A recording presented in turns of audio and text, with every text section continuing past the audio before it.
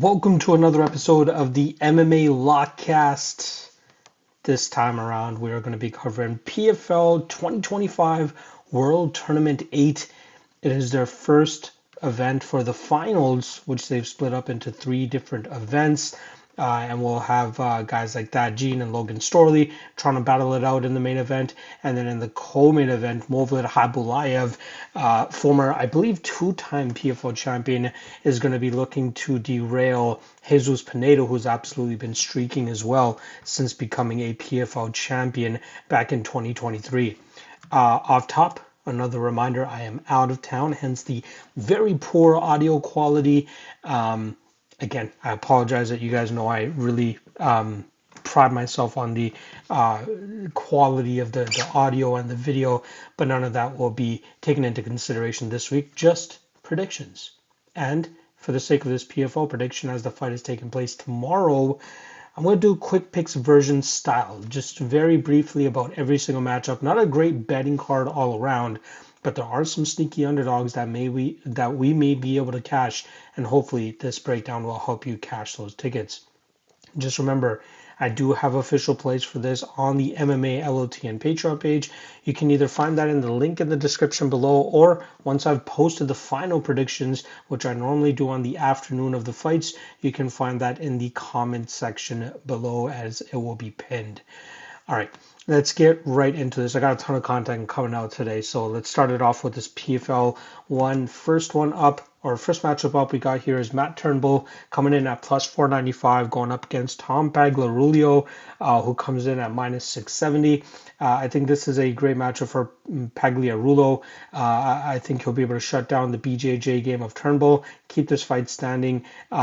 Even if it ends up on the ground, I think his BJJ defense is good enough to thwart anything Turnbull will be throwing at him. And I think we'll see Pagliarulo eventually find that knockout within 2 rounds in this matchup. A little bit iffy about the chalk, but I'm expecting this to be somewhat of a squash match and Pagliarulo to get that knockout.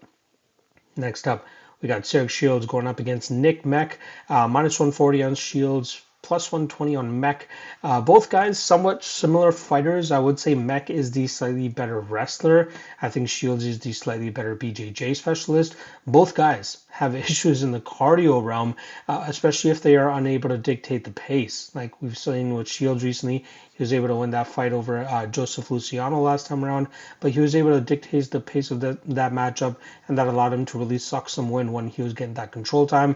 But then when he fought somebody like Alfonso Leyva, we saw him struggle to get that control in the second round and then end up getting knocked out. Either thing could happen here for either guy, but I am going to lean with Shields ever so slightly. I think his BJJ will be the difference maker. I think he'll be able to really start pulling away with this matchup in the second and third rounds. I think he might even be able to get a late submission. But again, both guys, big question marks. It really comes down who can snatch the momentum of the fight, snatch the pace of the fight, and then be able to really, preserve their cardio a little bit more than their opponents. But I'm going to go Shields and Shields by decision. Next up, we got Nathan Kelly coming in at minus 155, going up against Frederick Dupras, who comes in at plus 135. I think Kelly has good enough submission defense, especially early, to kind of thwart that style from Dupras. We know Dupras really starts to fall off if he can't get that finish within the opening minutes of a fight. But his submission game is very dangerous, and it wouldn't surprise me at all if he's able to catch Kelly in something early here. But I'm going to go with Kelly being able to avoid it. I think he wears Dupras down and probably gets a finish of his own in the second or third round.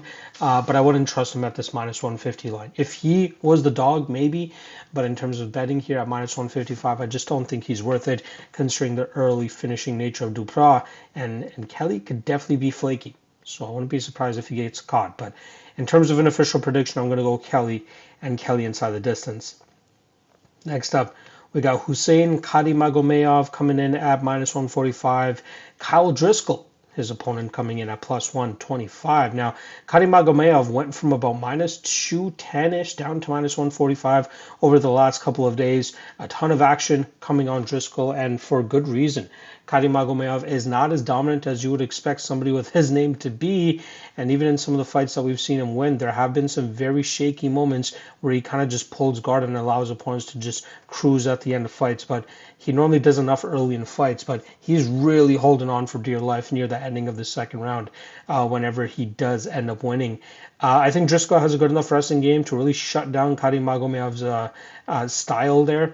In the striking realm, I think Driscoll may even have a little bit more pop, but I think it's going to come down to the smothering, grappling, and clinch game of Driscoll that wears Kadimagomaev down and leads to the AKA representative going on to win this fight in deep water or even winning it on the scorecard. So I agree and understand why the line has dropped as much as it has. I am going to go Driscoll here and Driscoll by decision. All right. Next up, we got two-time PFL Europe tournament winner Jakub Kaszuba coming in at minus 700, going up against Sergio Cossio, who comes in at plus 500. Now, I'm a big Kaszuba believer. This is a guy that I've made my lock of the night play on numerous occasions, even at some chalky numbers. But I have to say, I think there is a little bit of overswinging of the pendulum here on Cossio. Pulled off a big upset against Anthony Romero in his PFL debut. Then he fell short against Dedrick Sanders as a big favorite. And I think a lot of that had to do with him missing weight, taking the fight on super short notice. And I think it really impacted his abilities inside the cage against Sanders. Now, he's dangerous to really hurt Kaszuba early, who is no stranger to getting hurt. You know, I know he has an undefeated record, but there have been numerous fights where he's been hurt early, but managed to just survive long enough to really start to take over and then still pull out the victory. Cossio is dangerous. Cossio could get him early and get him out of there, which is why I'm a little bit skeptical of why Kaszuba is such a big favorite in this spot. I think he wins. I'm going to pick him to win. I'm going to pick him to win by decision, but you cannot overlook that early Cossio danger and just willy-nilly go out there and parlay Kaszuba at minus 700. But I'm going to go Kaszuba and Kaszuba by decision. All right, next up, we got Jordan Newman coming in at minus 950, going up against Aslam Abdul Baset, who comes in at plus 650.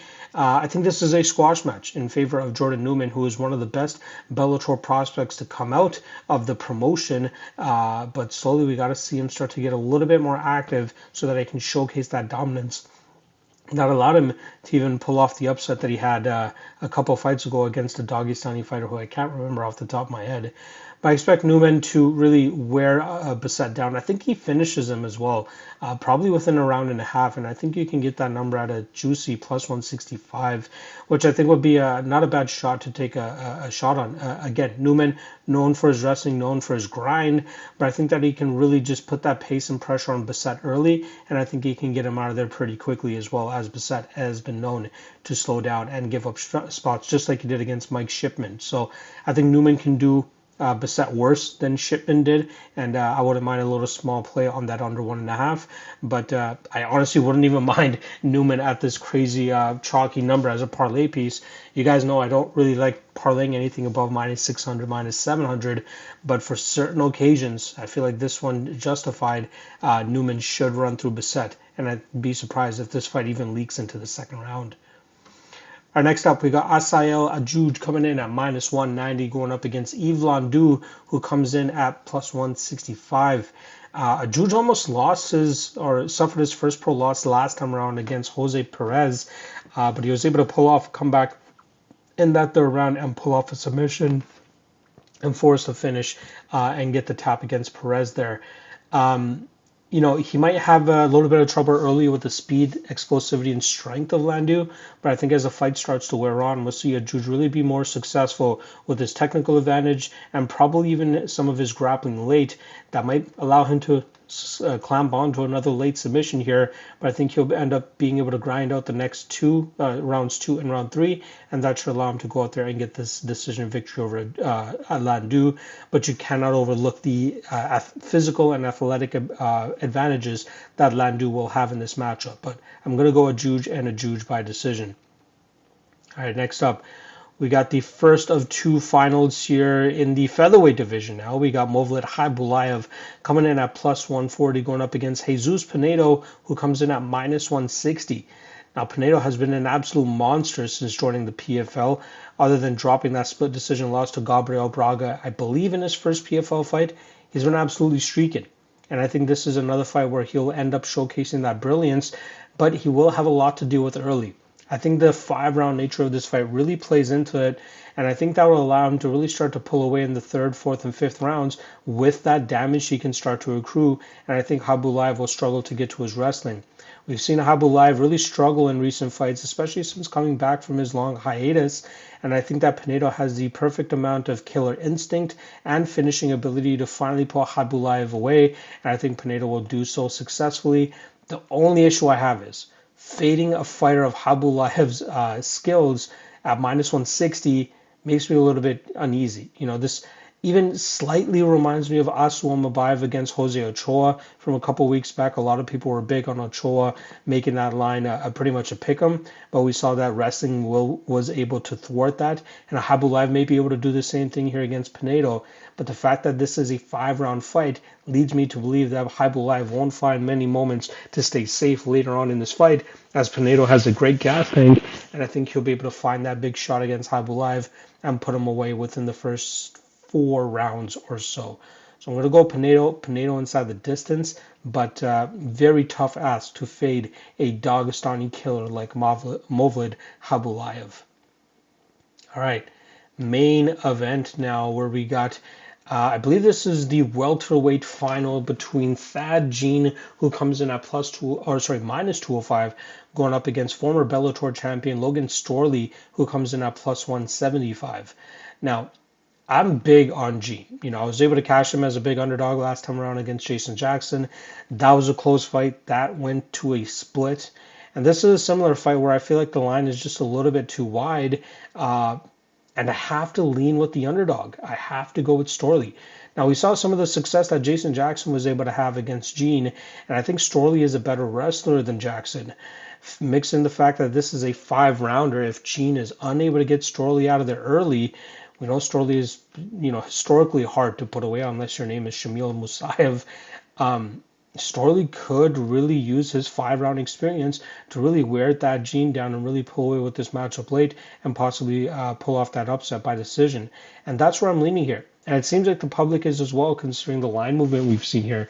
We've seen Thad Jean go from about -250, -260 down to closer to -200 now. And a lot of that has to do with people believing in Logan Storley's capabilities. And I'm one of those believers. I think he'll be able to get to his wrestling. I think he'll be able to wear Jean down, keep Jean away from his knockout power early on in fights, and that should lead to Storley really starting to cruise the deeper that this fight goes. So I'm going to go Storley, and Storley by decision. And that's bittersweet for me. I want to see Thad be that guy that really starts to, come into his own and be that fighter that I thought he could be and still think he could be. But Storley is a big test for him. I think I think Jean's going to struggle with his wrestling, especially late. So give me Storley, and Storley by decision. All right, there you guys go. Full PFL breakdown, just in about 15 minutes or so. So very happy with my concise nature for this breakdown. I should be back later today for a couple of the UFC Vegas 109 segments. I'll have my Chalk or Not segment. I'll have my Quick Picks video as well. And then tomorrow, aka Friday, I'll have my Lucky 2-Step and Prop Drop videos out for you guys. So stay tuned for that.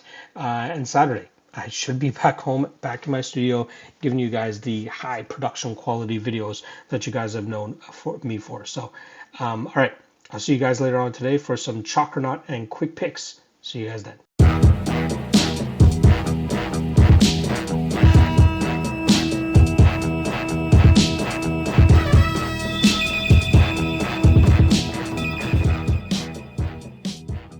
Last thing.